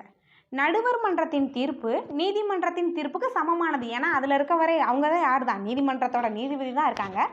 ஸோ அதனால் இதில் அவங்க தலையிட மாட்டாங்க. அவங்களுக்கு ஈக்குவலாக இதையும் எடுத்துக்கிடுவாங்க. யார், உச்சநீதிமன்றத்துக்கு ஈக்குவலாக இந்த நடுவர் மன்றத்தோட தீர்ப்பையும் எடுத்துக்கிறாங்க. நடுவர் மன்றம் விசாரிக்கும் நதிநீர் பிரச்சனையில் வேறு எந்த நீதிமன்றமும் தலையிடவே கூடாது. ஏன்னா அதில் இருக்கிறவங்கள யார் அப்பாயின்மெண்ட் பண்ணியிருக்காங்க, உச்சநீதிமன்றம் தலைமை நீதிபதி அப்பாயின்மெண்ட் பண்ணியிருக்காரு. அவர் ஒன்றும் சாதாரண ஒருத்தவங்களும் அப்பாயின்மெண்ட் பண்ணிட மாட்டார். உச்சநீதிமன்ற நீதிபதியவோ அல்லது உச்சநீதிமன்ற ஓய்வு பெற்ற நீதிபதியவோ தான் அப்பாயின்மெண்ட் பண்ணுவாங்க. அதனால் யாரும் அதில் தலையிட மாட்டாங்க. ஓகே. நதிநீர் ஆணையம் சட்டம் 1956 கீழ் வரும் நதிகள் மீது நடுவர் நீதிமன்றங்களை அமைக்க முடியாது. அதுலேயும் சில விதிவிலக்கு இருக்குது பாருங்கள். நதிநீர் ஆணைய சட்டம் 1956 பார்லிமெண்ட்டு தான் இதையும் கொண்டு வந்திருப்பாங்க. இதன் கீழ் சில நதிகள் வருது, அதன் மீது நடுவர் நீதிமன்றங்கள் அமைக்க முடியாதான். அது என்னென்னு கொடுக்கல, வரும் நதிகள்னு கொடுத்துட்டாங்க. ஓகே. அடுத்தது பேச்சுவார்த்தை மூலம்தான் முடிவு அடைவாங்க. பேச்சுவார்த்தை இல்லை அப்படின்னா அந்த நடுவர் தீர்ப்பாயத்தை ஏற்படுத்துகிறாங்க. இதில் முக்கியமான ஒன்று என்ன அப்படின்னா, இந்த காவேரி நதிநீர் மன்றம் 1991, நான் 90ன்னு சொன்னேன்னு நினைக்கிறேன், சாரி 91 தான், 1991 தான் ஏற்படுத்தப்பட்டிருக்கு. புக்கில் 91ன்னு தான் இருக்குது, அப்படியே நோட் பண்ணிக்கோங்க. காவேரி நதிநீர் நடுவர் மன்றம், ஏன்னா இதுதான் கேட்பாங்க. இது ஆக்ட் பார்த்திங்கன்னா நதிநீர் சிக்கல் சட்டம் 1956 யார் ஏற்படுத்தியிருப்பா, நாடாளுமன்றம் ஏற்படுத்தியிருக்கோம். எப்படி ஏற்படுத்துவாங்க அப்படின்னா, சுமூகமான முறையில் பேச்சுவார்த்தையிலே முடிங்க, அதுக்கு மேலேயும் முடிக்க முடியல, சண்டை போட்டிங்க அப்படின்னா இந்த தீர்ப்பாயத்தை நடுவர் மன்றத்தை ஏற்படுத்துங்கன்னு சொல்லுவாங்க அந்த சட்டத்தில். அதில் யார் யார் இருக்கணும் அப்படின்றதெல்லாம் நான் சொன்னேன். அப்படி நமக்கு உருவாக்கினா தான் 1991 உருவாக்கியிருப்பாங்க. அதில் 2007 தீர்ப்பும் வழங்கியிருப்பாங்க. தமிழ்நாடு தான் அதிக தண்ணி தரணும்னு சொல்லியிருப்பாங்க. அப்போல்லாம் எதுவும் தர்றதில்ல, சரி ஓகே விட்டுறலாம். அடுத்தது என்ன பார்க்கலாம் அப்படின்னா, நம்ம மாநிலங்களுக்கும் மத்திய அரசுக்கும் இடையில பிரச்சனை. இப்போ கரண்ட்டில் பார்த்திங்கன்னா RN ரவி இருக்காங்க ஆளுநராக. ஆளுநர் கரெக்டாக இருக்காரா இல்லை தமிழ்நாடு கவர்மெண்ட் கரெக்டாக இருக்கான்னு தெரியாத அளவுக்கு 2 பேரும் சண்டை போட்டுக்கிறாங்க. இதில் யார் மேலே தப்புனே கண்டுபிடிக்க முடியல. அந்தளவுக்கு 2 பேர் என்ன பண்ணிக்கிறாங்க. இப்போது 2-3 டேஸ்க்கு முன்னாடி கூட ஆளுநர் பதவியை நீக்க வேண்டும்னு ஒரு தீர்மானத்தை இளைஞர் அணி செயலாளர் மாநாட்டில் நம்ம தமிழகத்தில் கொண்டு வந்திருக்காங்க. சேலத்தில் நடந்த ஒரு மாநாட்டில். ஆளுநர் பதவின்றது தூக்கி போடுற ஒரு பதவி இல்லை, அரசியலமைப்பிலே சொல்லப்பட்டிருக்க ஒரு பதவி. சரி ஓகே, அது பிரச்சனை போய்கிட்டு தான் இருக்குது. இந்த லெசனும் ஒரு பிரச்சனை தான். மத்திய அரசாங்கத்தின் முகவராக, இதிலே பாருங்களே, எட்டுத்தோனே அரசியலமைப்பில் என்ன சொல்லியிருக்குன்னா, மத்திய அரசின் முகவராக ஆளுநர் செயல்படுவார்னே அரசியலமைப்பில் சொல்லப்பட்டிருக்கோம். இதுலேயும் அதே தான் கொடுத்துருக்காங்களா அப்படின்னா, மத்திய அரசாங்கத்தின் முகவராக அவர் செயல்படுறத மாநில அரசு கண்டிக்குது, செயல்படக்கூடாதுன்னு சொல்கிறாங்க. இதுக்கு புள்ளி வச்சவரை யாருன்னா அறிஞர் அண்ணாவை சொல்லலாம். முதல்வர் அண்ணாதுரை என்ன பண்ணுவார் அப்படின்னா, என்ன பண்ணியிருப்பார் அப்படின்னா, ஸ்டார்டிங்லேயே ஆளுநர் அதிகாரங்களை குறைக்க வேண்டும்னு வலியுறுத்தியிருப்பார். ராஜமன்னார் குழு மாநில ஆளுநர்கள் கூட்டாட்சி முறைக்கு எதிரானவர்கள்னு சொல்கிறாங்க. கவர்னர் கூட்டாட்சி முறைக்கு எதிரானவர்கள். இப்போ பஞ்சாபோட கவர்னராக இருக்கிறவர் பார்த்திங்க அப்படின்னா, பஞ்சாப்லேயும் எதிர்கட்சி ஆட்சி பண்ணுது. ஆம் ஆத்மி கட்சி பஞ்சாபில் ஆட்சி பண்ணுது. அங்கே இருக்க கவர்னருக்கும் அவங்களுக்கும் பயங்கர முரண்பாடு. அதில் தான் உச்சநீதிமன்றம் என்ன சொல்லிட்டாங்க அப்படின்னா, கவர்னருக்கு எதிராக தான் தீர்ப்பு சொல்லியிருப்பாங்க. நெருப்போட நீங்கள் விளையாடுறீங்க, அவங்க ஒரு மசோதா பாஸ் பண்ணால் நீங்கள் ஒன்று ஓகே பண்ணுங்கள், இல்லைனா ரிட்டன் பண்ணுங்கள், நீங்கள் காலதாமதம் படுத்தக்கூடாது அப்படின்னு சொல்லியிருப்பாங்க. உடனே நமக்கும் தமிழ்நாடு அரசு என்ன பண்ணுவாங்கன்னா, மனு தாக்கல் பண்ணியிருப்பாங்க. அப்போ பார்த்திங்கன்னா அதே தான் இங்கேயும் சொல்லுவாங்க. நம்மளோட கவர்னருக்கு அதே தான் சொல்லியிருப்பாங்க. என்ன சொல்லியிருப்பாங்கன்னா, அந்த 200 ஆர்டிகளை யூஸ் பண்ணி ஒன்று நீங்கள் சைன் பண்ணணும், இல்லைனா ரிட்டன் பண்ணணும், இல்லை அப்படின்னா குடியரசுத் தலைவருக்கு அனுப்பணும். 3 ஆப்ஷன் மட்டும்தான். நீங்கள் காலதாமதப்படுத்தக்கூடாது. ஒன்று சைன் பண்ணுங்கள், இல்லைனா ரிட்டன் பண்ணுங்கள், அந்த மாநில அரசுக்கே அனுப்புங்க, சட்டமன்றத்துக்கே அனுப்புங்க, இல்லை அப்படின்னா குடியரசுத் தலைவருக்கு அனுப்புங்க அப்படின்ற மாதிரி உச்சநீதிமன்றம் இப்போ சமீபத்தில் 1 மந்த்துக்கு முன்னாடி சொல்லியிருப்பாங்க. ஓகே, அவர் என்ன சொல்கிறாங்கன்னா, மாநில ஆளுநர் கூட்டாட்சி முறைக்கு எதிரானவர்னு சொல்கிறாங்க. இப்போ கவர்னரே இல்லை அப்படின்னா மாநில அரசு அவங்களோட முடிவுப்படி தானே செயல்படுவாங்க. அப்புறம் எப்படி ஒரு கூட்டாட்சி தன்மை ஏற்படும்னு தெரியல. ஓகே, இதெல்லாம் விமர்சனம். ராஜமன்னார் கமிட்டி பண்ண விமர்சனம். ராஜமன்னார் கமிட்டி 1969 உருவாக்கியிருப்பார். அதை உருவாக்கி வரும் பார்த்தீங்க அப்படின்னா கலைஞர் கருணாநிதி தான் உருவாக்கியிருப்பார். ஓகே,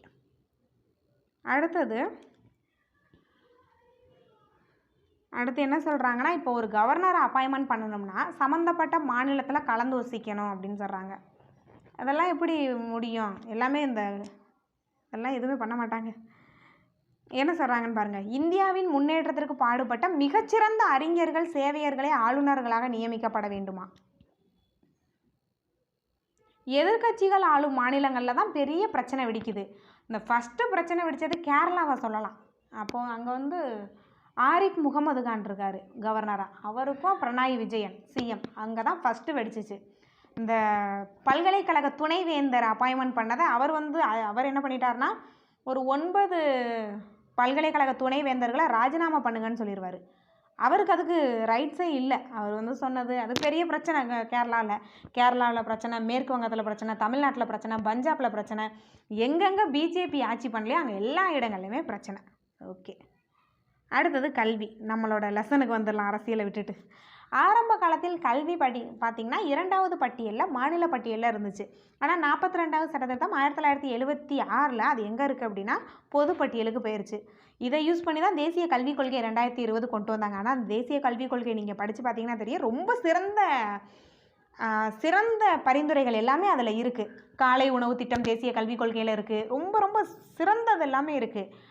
ஆனால் அதை நம்ம காப்பி பேஸ்ட் பண்ணி தான் என்ன பண்ணியிருக்கோம் அப்படின்னா நம்ம மாநிலத்தில் காலை உணவு திட்டம் கொண்டு வந்திருக்கோம். ஆனால் 2020 காலை உணவு திட்டம் ஆக்சுவலாக அந்த நம்மளோட தேசிய கல்விக் கொள்கை 2019 அமைச்சிருப்பாங்க, 2020 அமல்படுத்தியிருப்பாங்க. ஆனால் தமிழ்நாட்டில் இன்னும் வரல. தமிழ்நாட்டில் வேறு கட்சி ஆட்சி பண்ணுறதுனால அதை கொண்டுட்டு வரல. தேசிய கல்விக் கொள்கை முடிஞ்ச அளவு படித்து பாருங்கள், அதில் என்னென்னலாம் இருக்குது அப்படின்றத. ஓகே, பொதுப்பட்டியலில் கல்வி இருக்கிறதுனால மத்திய அரசோட முடிவு தானே மேலோங்கும். இப்போ பாருங்கள் என்னென்ன பிரச்சனை. கல்வி இடமாற்றத்தினால ஒரு பிரச்சனை வெடிக்குது. கல்வியை ஏன் நீங்கள் அங்கே மாற்றினீங்க அப்படின்னு. அடுத்தது ஆளுநர் நியமனம். ஆளுநர் பதவியே வேணான்றாங்க சில மாநிலம்.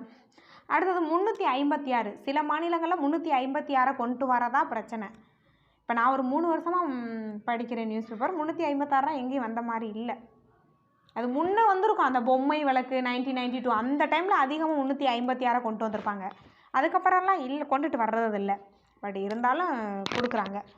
அடுத்தது சட்ட முன்வரைவை தேக்கி வைக்கிறது. கவர்னர் என்ன பண்ணிடுறாரு, அதுக்கு நம்ம சிறந்த எடுத்துக்காட்டே தமிழ்நாடை சொல்லலாம். தமிழ்நாடு என்ன பாஸ் பண்ணாலும் அங்கே அவர் தேக்கி வச்சிடுறாரு. அடுத்தது இந்த அனைத்து இந்திய பணி 312 சொல்கிறாங்க. இது எல்லாமே நம்ம 2 பேருக்கும் இருக்கிற பிரச்சனை. மாநில அரசுக்கும் மத்திய அரசுக்கும் இருக்கிற பிரச்சனையாக பார்க்கப்படுது இது எல்லாமே. ஓகே, இதில் ஃபஸ்ட்டு என்ன பார்க்குறோம் அப்படின்னா, ஒரு மசோதாவை நம்ம மாநில அரசு சட்டமன்றம் அனுப்புது. ஒரு மசோதாவை பாஸ் பண்ணி அனுப்புகிறாங்கன்னா ஆளுநருக்கு அனுப்புனா ஆளுநர் என்ன பண்ணணும் அப்படின்னா, ஒன்று சைன் பண்ணணும், இல்லை அப்படின்னா ரிட்டன் இங்கேயே அனுப்பணும், இல்லை அப்படின்னா குடியரசுத் தலைவருக்கு அனுப்பணும். அதான் குடியரசுத் தலைவரின் கவனத்திற்கு கொண்டு செல்ல வேண்டும். அதான் ஆர்டிகல் 200 இந்த இடத்துல எழுதிக்கங்க. அடுத்தது அதை அவர் என்ன பண்ணலாம் அப்படின்னா, குடியரசுத் தலைவர் அந்த முன் வரைவுகளை திரும்பவும் விவாதிக்குமாறு கூட மாநில சட்டமன்றத்துக்கு அனுப்பலாம். அதான் 201 ஆர்டிகல் 201. ஓகே, அடுத்தது மறுபரிசீலனை செய்து. இப்போ ஒரு குடியரசுத் தலைவர் இப்போ நம்ம ஒரு மசோதாவை சட்டமன்றத்திலேருந்து ஆளுநருக்கு அனுப்பியிருக்கோம். ஆளுநர் குடியரசுத் தலைவருக்கு அனுப்பிட்டாங்க. குடியரசுத் தலைவர் அதில் உடன்பாடு இல்லை. ஸோ குடியரசுத் தலைவர் என்ன பண்ணிட்டாங்கன்னா ஸ்ட்ரெயிட்டாக மாநில சட்டமன்றத்திற்கே அனுப்புகிறாங்க. அப்போது மறுபரிசீலனை செய்து மீண்டும் முன்வரிவுகளை மாநில சட்டமன்றம் குடியரசுத் தலைவருக்கு அனுப்புனா குடியரசுத் தலைவர் நிராகரிக்கலாம். குடியரசுத் தலைவருக்கு அந்த அதிகாரம் இருக்குது. அதான் 201. ஓகே, அடுத்தது என்ன அப்படின்னா 356 பகுதி 18 இருக்குது. 356 இது தெரியும் நமக்கு, திரும்ப அதை நான் சொல்ல விரும்பலை. ஆளுநர் அறிக்கைப்படியோ அல்லது ஆளுநர் அறிக்கை இல்லாமையோ குடியரசுத் தலைவர் என்ன பண்ணுவார் அப்படின்னா இந்த 356 கொண்டுட்டு வரலாம். எந்த டைமில் தான் 356 கொண்டு வராங்கன்னா, ஒரு மாநிலத்தின் அரசமைப்பு ஆட்சி முறை சீர்குலைந்து விட்டால் அந்த டைமில் அவங்க கொண்டு வருவாங்க. ஓகே, அப்போ கவர்னர் தான் ஆட்சி பண்ணுவார். குடியரசுத் தலைவர் கீழே கவர்னர் ஆட்சி பண்ணுவார். இதில் என்ன விமர்சனம்னா எதிர்க்கட்சி ஆட்சி பண்ணுற இடத்துலையே 356 கொண்டு வரீங்க அப்படின்ற மாதிரி சொல்கிறாங்க. அதெல்லாம் தற்போது இல்லை, அப்போ இருந்தது, முன்னே இருந்துச்சு. அடுத்தது இந்த அனைத்து இந்திய பணி யூபிஎஸ்சி எழுதி வர்றாங்கல்ல ஐஏஎஸ் ஐபிஎஸ், அவங்க பார்த்திங்கன்னா அவங்கள அனுப்புறது சென்ட்ரல் கவர்மெண்ட்டு, இடமாற்றம் பண்ணுவது பணி இடமாற்றம் பண்ணுவது நம்ம, ஆனால் நீக்குவது யார் தான்?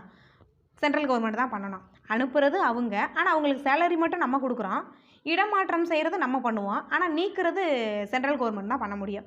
அப்போ இதுவும் ஒரு பிரச்சனையாக வெடிக்குது. இதுதான் பிரச்சனை. இடமாற்றம் மட்டும் தான் நம்ம பண்ண முடியும். மாநிலங்களுக்கு மத்திய அரசினால் அந்த ஐஏஎஸ் ஐபிஎஸ் அதிகாரிகளை அனுப்புகிறாங்க. அதன் பிறகு பார்த்திங்கன்னா நம்ம அனைத்து இந்திய பணி அதிகாரிகளை இடமாற்றம் மட்டும் தான் நம்ம செய்ய முடியும். இந்த டிஸ்ட்ரிக்ட்லேருந்து அந்த டிஸ்ட்ரிக்ட், அவ்வளோதான். இது மட்டும்தான் நம்மளால் பண்ண முடியும். திரும்ப நீக்குவதும் சென்ட்ரல் கவர்மெண்ட் தான் பண்ணுறாங்க. அதனால் இவங்க என்ன சொல்கிறாங்கன்னா இது ஒரு பிரச்சனையாக சொல்கிறாங்க, குற்றம் சாட்டுறாங்க. ஓகே, அவ்வளோதான். அடுத்தது நிர்வாக சீர்திருத்த குழு. இது ஒரு முக்கியமான ஒன்று, அதை அப்படியே மனப்பாடம் பண்ணிடுங்க. நிர்வாக சீர்திருத்த குழு, முதல் நிர்வாக சீர்திருத்த குழு 1966 மொரார்ஜி தேசாய் தலைமையில், மொரார்ஜி தேசாய் ஃபஸ்ட்டு இருந்திருப்பார், அதுக்கப்புறம் ஹனுமந்தாய் இருந்திருப்பார். அவரோட தலைமையில் உருவாக்கப்பட்டிருக்க 20 அறிக்கைகள் கொடுத்துருப்பாங்க. அதில் முக்கியமான ஒன்று என்னென்னா மத்திய மாநில உறவுகள் பற்றிய பரிந்துரை. அதன் பிறகு 2வது நிர்வாக சீர்திருத்த குழு 2005 வீரப்ப மௌலி, அதன் பிறகு ராமச்சந்திரன் தலைமையிலும் உருவாக்கப்பட்டிருக்கோம். ஸோ ஓகே, இதில் இது பக்கத்துலேயே எழுதிக்கங்க. ராஜமன்னார் நிர்வாக சீர்திருத்த குழு பக்கத்தில் 1966 2005ன்னு எழுதிக்கங்க. ராஜமன்னார் கமிட்டின்னு பார்த்தீங்கன்னா 1969 71 ரிப்போர்ட்டு. சர்க்காரியா குழு 83 1983. பூஞ்சி குழு பார்த்திங்கன்னா 2007 2010 ரிப்போர்ட் சப்மிட் பண்ணியிருப்பாங்க. ஒரு சில புக்கில் 2010 இருக்கும், ஒரு சில புக்கில் 2007 இருக்கும். அதெல்லாம் ஒன்றும் தப்பு இல்லை. அமைச்சது ரிப்போர்ட் சப்மிட் பண்ணது 2007 2010. அதே மாதிரி சர்க்காரியா வந்து 1983 87 ரிப்போர்ட் சப்மிட் பண்ணியிருப்பாங்க. ராஜமன்னார் வந்து 99 71 சப்மிட் பண்ணியிருப்பாங்க. வெங்கடச்சலையா குழு பார்த்திங்கன்னா 2000, அதான் எல்லா புக்லேயும் 2000 மட்டும்தான் இருக்கும். அடுத்து ராஜமன்னார் குழு பார்த்திங்க அப்படின்னா தமிழ்நாடு அரசால் உருவாக்கப்பட்டிருக்கோம். தலைமை நீதிபதி சென்னை உயர்நீதிமன்றத்தின் முன்னாள் தலைமை நீதிபதி விபி ராஜமன்னார் தலைமையிலும், சென்னை பல்கலைக்கழகத்தின் துணைவேந்தர் ஏ லக்ஷ்மண சுவாமி அதில் உறுப்பினராக இருந்திருப்பார். ஆந்திரா உயர்நீதிமன்றத்தின் முன்னாள் தலைமை நீதிபதி சந்திர ரெட்டி, எல்லாருமே இந்த குழுவில் இருந்திருப்பாங்க. ஒரு தலைவர் 2 உறுப்பினர் இருந்திருப்பாங்க. 71 ரிப்போர்ட் சப்மிட் பண்ணியிருப்பாங்க. இவங்க பண்ண பரிந்துரை பார்த்திங்கன்னா தேவையில்லை. இவங்க என்ன தான் சொல்ல போகிறாங்க? ஆளுநர் பதவி வேணாம்னு சொல்ல போகிறாங்க. இவங்க வந்து இந்த 263 பற்றி சொல்லியிருப்பாங்க. மாநிலங்களுக்கு இடையான குழுவை உடனே அமல்படுத்துங்க, எல்லா பிரச்சனைக்குமே மாநிலங்களுக்கு இடையான குழுவிட்டே தீர்வு கேளுங்கன்றான் சொல்லுவாங்க. ஸோ இதில் சொல்லியிருப்பாங்க பாருங்கள். தேசத்தின் பாதுகாப்பு, வெளியுறவு ஆகிய 2 அதிகாரம் தவிர எல்லா அதிகாரங்களை பயன்படுத்தும் எல்லா அதிகாரத்தையுமே பயன்படுத்துறதுக்கு முன்னாடி மத்திய அரசு மாநிலங்களுக்கு இடையான குழுவை ஆலோசிக்கணும்னு சொல்கிறாங்க. அதெல்லாம் பண்ண மாட்டாங்க. மாநிலங்களுக்கு இடையான குழு அமைக்கிறாங்கன்னா 263 படி அமைக்கிறாங்க. அதுக்காக எல்லா விஷயத்துலையுமே வந்து இந்த குழு, ஏன்னா இந்த குழுவில் எல்லா மாநிலத்தோட சிஎம்மும் இருப்பாங்க, அதை கேட்டுட்டு பண்ணணும் அப்படின்ற மாதிரி ராஜமன்னார் கமிட்டி சொல்கிறாங்க. அடுத்து ராஜமன்னார் கமிட்டி என்ன சொல்லும்னா 256 257 339 2 இதெல்லாம் நீக்குங்க அப்படின்னு சொல்கிறாங்க. ஓகே, அடுத்தது மாநில உரிமைகளை பாதிப்பதால், இதெல்லாமே மாநில உரிமையை பாதிக்க தான், ஸோ நீக்கிருங்க. 3 பட்டியலில் இல்லாத இதர அதிகாரம் மாநில அரசுக்கு மாற்றுங்க அப்படின்னு சொல்கிறாங்க. இதெல்லாம் எப்படி சாத்தியமாகும் தெரியல. இதர எஞ்சிய அதிகாரம் எல்லாம் மாநில அரசுகிட்ட கொடுத்தா அது ஓகே, அப்படிலாம் சொல்லிடு பண்ணுங்கன்னு சொல்கிறாங்க. ஜஸ்ட்டு பரிந்துரை தானே, என்ன வேணாலும் பண்ணலாம். அடுத்தது பகுதி 18 18ல் 356 மாநில அரசு கவனமாக பயன்படுத்த வேண்டும், மத்திய அரசு. இது ஓகே, இதை அக்செப்ட் பண்ணிக்கிறக்கூடிய ஒன்று. ஆமாம், எதுக்கு எடுத்தாலும் அதை கொண்டுட்டு வராமல் லாஸ்ட் ஆப்ஷனாக பயன்படுத்துங்க அப்படின்னு சொல்லுவாங்க. அந்த கொடுத்துருக்காங்க பாருங்கள். கடைசி ஆயுதமாக மத்திய அரசு 356 பயன்படுத்த வேண்டும். இதெல்லாம் சூப்பரான ஒரு பரிந்துரை, இது திரும்ப கேட்கக்கூடிய ஒரு கொஸ்டின் வேறு. ஓகே, ராஜமன்னார் குழு அனைத்திந்திய பணிகள் பெயரளவில் மாற்றங்களை பரிந்துரைத்தது. ஓகே, நீக்க சொல்லியிருப்பாங்க. ராஜமன்னார் குழு ஐஏஎஸ் ஐபிஎஸ் அதெல்லாம் நீக்குங்கன்னு சொல்லியிருப்பாங்க. ஏன்னா அதில் வந்து அவங்களோட அதிகாரம் தானே மேலோங்குது அப்படின்னு சொல்லுவாங்க. ஓகே, அடுத்தது நம்ம சர்க்காரியா கமிட்டி பார்க்கலாம். 83 அமைச்சிருப்பாங்க. அப்போ இந்திரா காந்தி அம்மையார் இருப்பாங்க, அவங்க தான் அமைச்சிருப்பாங்க. RS சர்க்காரியா தலைமையில் குழு அமைக்கப்பட்டது. இந்த குழுவில் உறுப்பினர்களாக சிவராமன், RSS சென் இவங்கெல்லாம் உறுப்பினராக இருந்திருப்பாங்க. 247 பரிந்துரை வழங்கியிருப்பாங்க. 180 தான் என்னமோ அக்செப்ட் பண்ணிக்கிறாங்கன்னு நினைக்கிறேன். ஆமாம், 180 அக்செப்ட் பண்ணிக்கிறாங்க. மொத்தம் 247 பரிந்துரைகள். மாநிலங்களுக்கு இடையான குழு, அதே தான் இவங்களும் சொல்கிறாங்க. ஓகேவா? ஃப்ரீயாக இருக்கும்போது இதெல்லாம் ரீட் பண்ணி பாருங்கள், சர்க்காரியா என்னென்ன சொன்னாங்க அப்படின்றத. அடுத்து என்ன சொல்லியிருக்காங்க அப்படின்னா, சர்க்காரியா சொன்ன ஒன்று, அரசமைப்பு உறுப்பு 263A அதிகாரம் இக்குழுவிற்கு வழங்கப்படக்கூடாது. மாநிலங்களுக்கு இடையான குழுவிற்கு வழங்கப்படக்கூடாது. ஏன்னா அது சென்ட்ரல் கவர்மெண்ட் உருவாக்குனது. மாற்றி மாற்றி சொல்லிக்கிறாங்க. சென்ட்ரல் கவர்மெண்ட்டு ஸ்டேட் உருவாக்குனதுக்கு எல்லா அதிகாரத்தையும் எங்கிட்ட கொடுங்கன்றாங்க. சென்ட்ரல் உருவாக்கின மாநிலங்களுக்கு இடையான குழு எல்லாத்தையும் எங்கிட்ட கொடுங்கன்றாங்க. ஓகே. அந்த 356 மிகவும் கவனமாகவும் மிகவும் குறைவாகவே பயன்படுத்த வேண்டும் சொல்கிறாங்க. கடைசி ஆயுதமாக பயன்படுத்த வேண்டும். இது ஓகே தான்.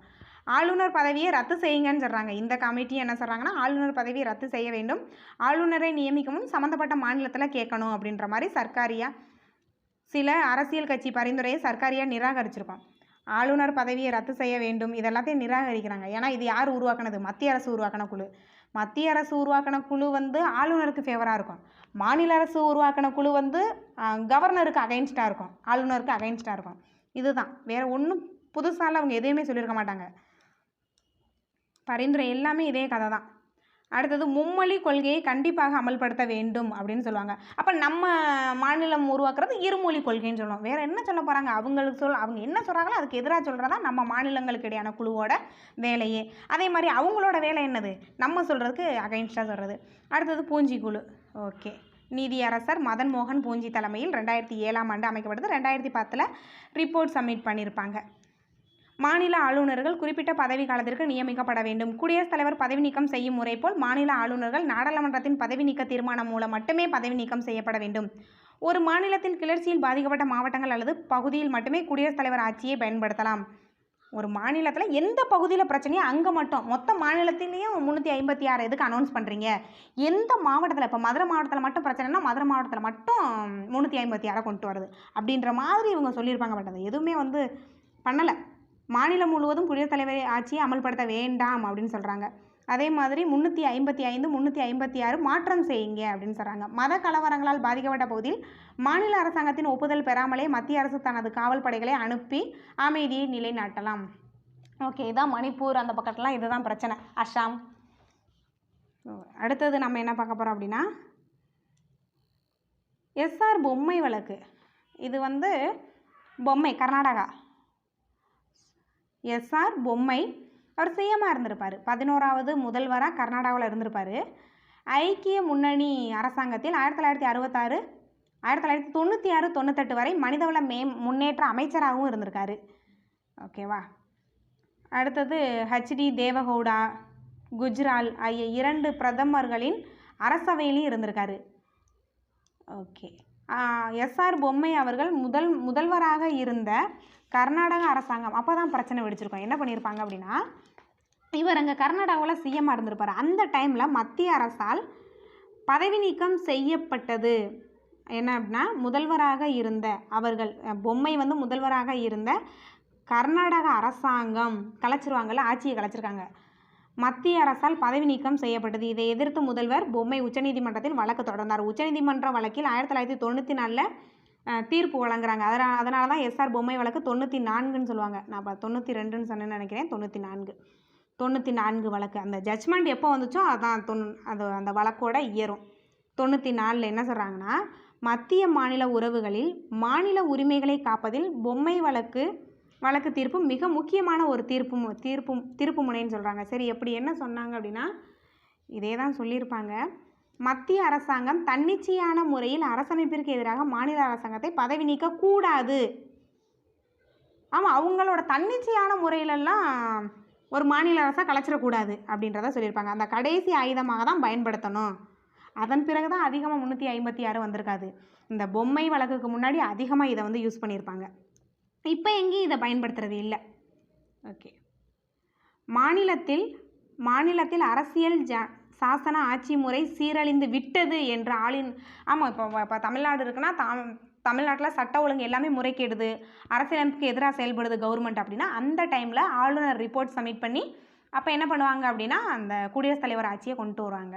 இப்போ அந்த மாதிரிலாம் இப்போ நிகழ்ந்தது அப்படின்னா உடனே RN ரவி என்ன பண்ணுவாங்கன்னா பண்ணிடுவாங்க. ஏன்னா அந்த அளவுக்கு 2 பேருக்கும் ஃபைட் போய்கிட்டு இருக்கு. அதுக்கப்புறம் அந்த ஆட்சியை வந்து கலைச்சிருவாங்க. உறுப்பு 356 தவறாக மத்திய அரசால் பயன்படுத்தப்பட்டால் உச்சநீதிமன்றம் நீதி சீராய்வு அதிகாரத்தை பயன்படுத்தும். முக்கியமான ஒன்று, இதுலேயும் நீதி சீராய்வு செய்யலாம், மறு ஆய்வு, அதான் நீதி சீராய்வுன்னு சொல்லுவாங்க. பதவி நீக்கம் அரசமைப்பிற்கு எதிராக இருந்தால் உச்சநீதிமன்றம் பதவி நீக்கப்பட்ட மாநில அரசாங்கத்தை மீண்டும் பணியில் அமர்த்தலாம்னு சொல்லிட்டாங்க. சென்ட்ரல் கவர்மெண்ட் வந்து தன்னிச்சையாக ஒரு ஸ்டேட்டை வந்து கலைச்சிருந்தாங்க அப்படின்னா என்ன பண்ணலாம், மீண்டும் அவங்கள பதவியில் அமர்த்தலாம். அண்ணல் அம்பேத்கர் அரசமைப்பு உறுப்பு 356 தேவையற்ற வார்த்தைன்னு சொல்லியிருக்காரு. மக்களால் தேர்ந்தெடுக்கப்பட்ட அரசாங்கத்துக்கு எதிராக இவ்வுறுப்பு உள்ளது அப்படின்னு சொல்லியிருக்காரு. மக்களால் தேர்ந்தெடுக்கப்பட்ட, தெரியாமல் ஓட்டு போடுறாங்க மக்கள், பாவம், அதன் பிறகு கஷ்டப்படுறாங்க 5 வருஷமும். இப்போ நம்ம படுற மாதிரி படாத பாடுபடுறாங்க. அடுத்தது பார்க்கலாம். வெங்கடச்செல்லையா குழு. பிரதமர் அடல் பிகாரி வாஜ்பாய் தலைமையிலான தேசிய மக்களாட்சி கூட்டணி அரசாங்கம் 2000 ஆண்டு இந்த வெங்கடச்செல்லையா குழுவை அமைச்சிருப்பாங்க. இந்த அரசமைப்பு மதிப்பாய்வு தேசிய குழு அரசமைப்பில் சில சீர்திருத்தங்கள் கொண்டு வர வேண்டும். அவ்வளோதான், அந்த இயர் மட்டும் ஞாபகம் வச்சுங்க. வெங்கடச்செல்லையா குழு அப்படின்னாவே 2000, அது மட்டும் போதும். புக் பேக் கொஸ்டின் பார்த்துட்டு முடிச்சிடலாம். ஃபஸ்ட்டு கொஸ்டின், உலகின் முதல் கூட்டாட்சி அமெரிக்கா.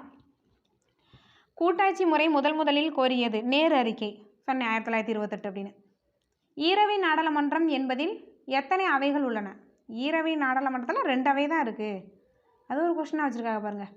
கூட்டாட்சி அரசமைப்பின் மிக முக்கிய தன்மை, அதிகார பகிர்வை சொல்லலாம். கூட்டாட்சி அரசமைப்பின் மிக முக்கிய தன்மையை அதிகார பகிர்வு தானே. ஆமாம், அதான் 1935 சட்டம், இந்திய அரசு சட்டம் அதை தான் வலியுறுத்துது, அதிகார பகிர்வை. மத்திய மாநில அரசுகளுக்கு இடையான சிக்கல்களை தீர்த்து வைப்பது பார்லிமெண்ட் தான். அது ஒரு உச்சநீதிமன்றத்திட்டே இருக்குது அப்படின்னா அமைப்பு வந்து இது வந்து உச்சநீதிமன்றம் தான் ஸ்டார்டிங்கில். அது வந்து ஒரு கசப்புணர்வு, அவங்க ஒரு அவசரத்தில் ஒரு ஜட்ஜ்மெண்ட் கொடுத்துட்டாங்கன்னா அது 2 மாநிலத்துக்கிடையே பெரிய பிரச்சனையை உருவாக்கும் அப்படின்னு மத்திய மாநில அரசாங்கங்கள் இடையிலான சிக்கல்களை தீர்த்து வைக்கும் அமைப்பாக நாடாளுமன்றம் செயல்படுகிறது. அதன் கீழே பார்லிமெண்ட் வந்து ஒரு சட்டம் கொண்டு வராங்க. பார்லிமெண்ட்டுன்னு சொல்ல முடியாது, பார்லிமெண்ட் வந்து ஒரு சட்டம் கொண்டு வந்தாங்க. அந்த சட்டத்தின் படி வந்து உச்சநீதிமன்றம் தான் ஒரு தீர்ப்பாயத்தை அமைக்கிறாங்க. ஸோ அப்போ இதுக்கான ஆன்சர் உச்சநீதிமன்றம் சொல்லலாம். இவங்க சட்டம் தான் கொண்டு வருவாங்க, சட்டத்தின் கீழே வந்து இவங்க தான் ஒரு தீர்ப்பாயத்தை உச்சநீதிமன்றம் தான் அமைக்கும். ஸோ உச்சநீதிமன்றமே ஆன்சர் போடலாம். ஓகேவா? இதுக்கு சரியான ஆன்சர் உச்சநீதிமன்றம் தான்.